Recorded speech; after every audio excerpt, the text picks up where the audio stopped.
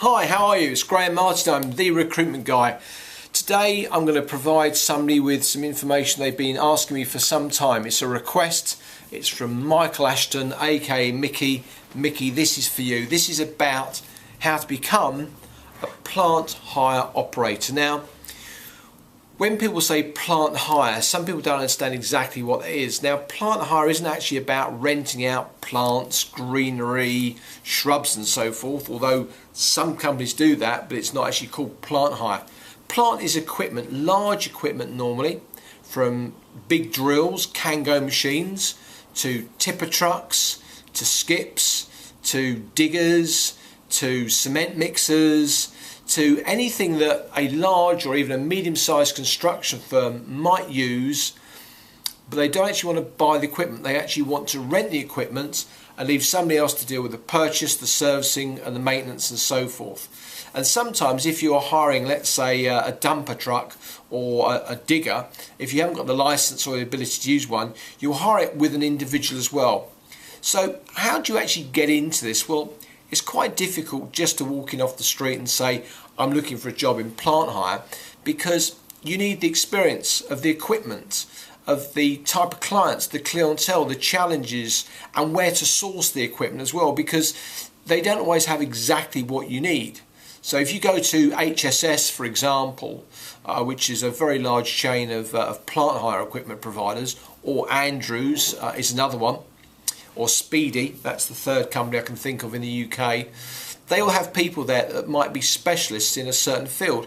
Maybe they're the small machinery and equipment, so as I said earlier, you know, Kangos, which are like the big drills, or maybe somebody wants to hire a chainsaw, and then you've got other people who might specialise in the really big equipment, even going up to sort of 6-wheel lorries and big delivery dumpers, massive great stuff. And indeed some people specialise in farm equipment. So if you go in and say, hey, I want to become a plant hire expert, or I want to become a plant hire coordinator, well, they're going to say, what experience have you got? So the biggest issue is about getting somebody to give you the opportunity to develop and train you. And of course, to start with, you're going to be more of a hindrance than you are of a benefit. So you're going to be starting on pretty low money to start with. Now, where would they take somebody from?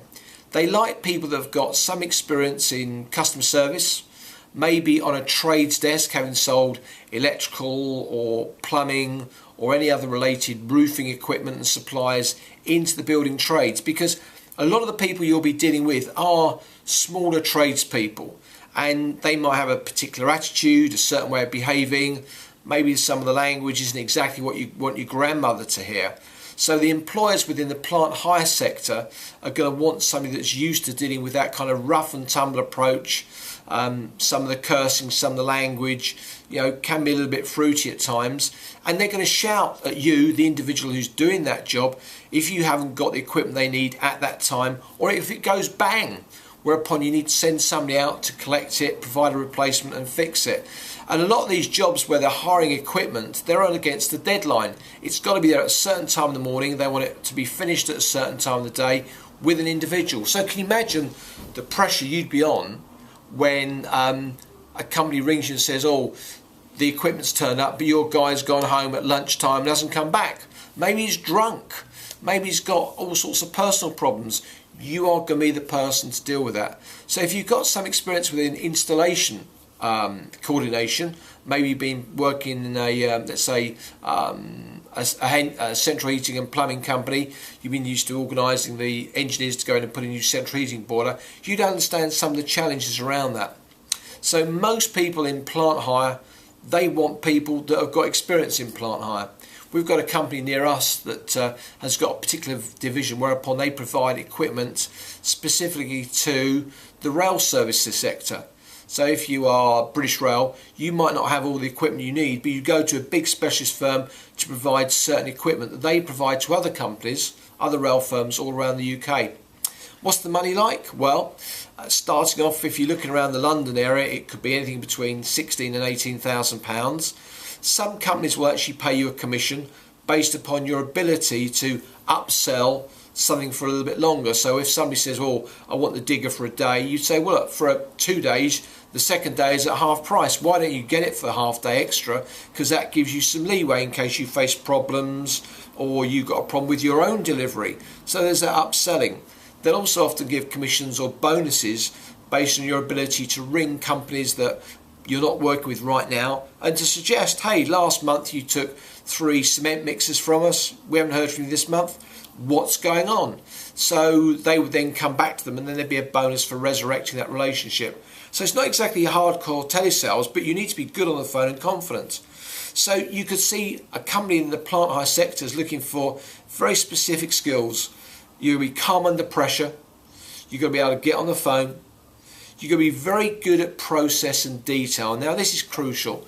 If you don't have good data entry, if you don't have clear handwriting, if you can't take good messages and good notes, you're no good in that business. You've also got to have a good head for maths, mental arithmetic, because whilst you might use a calculator or a computer to work out a price, sometimes you might miss out a zero, a decimal point, which could completely destroy the quotation. And if you have good mental arithmetic, you'll look at that and you go, that just doesn't look right.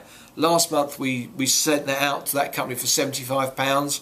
Why is it that this month they want to? It's 1,500 when it should be 150.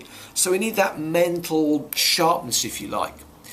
Now the hours tend to be pretty early. If you're working in plant hire, invariably your clients are going to be in at about 6:30. So often if we're dealing with plant hire companies ourselves that want to recruit staff, then they're going to say we need somebody who can start between 6 and 7:30, often on a rota. Some people stay later, some people will go a little bit earlier.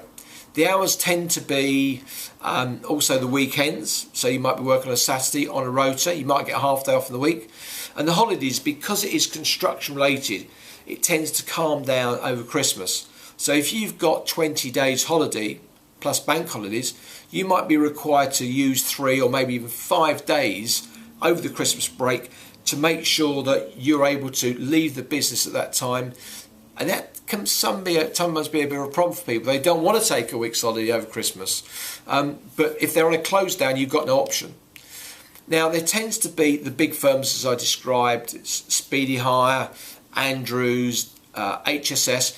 There's lots of independents. If you go to most busy high streets where there's a lot of activity, there will be an independent organisation with maybe the boss that's still running it, with a bunch of guys, sometimes girls, some people that are in the repairs, some people are going to deliver it, some people might actually be working with the client, maybe if they've got a forklift truck licence that's specific to them and the client doesn't have it, or maybe it's a dumper truck or a cement mixer. I mean, they even hire out cement mixers, would you believe?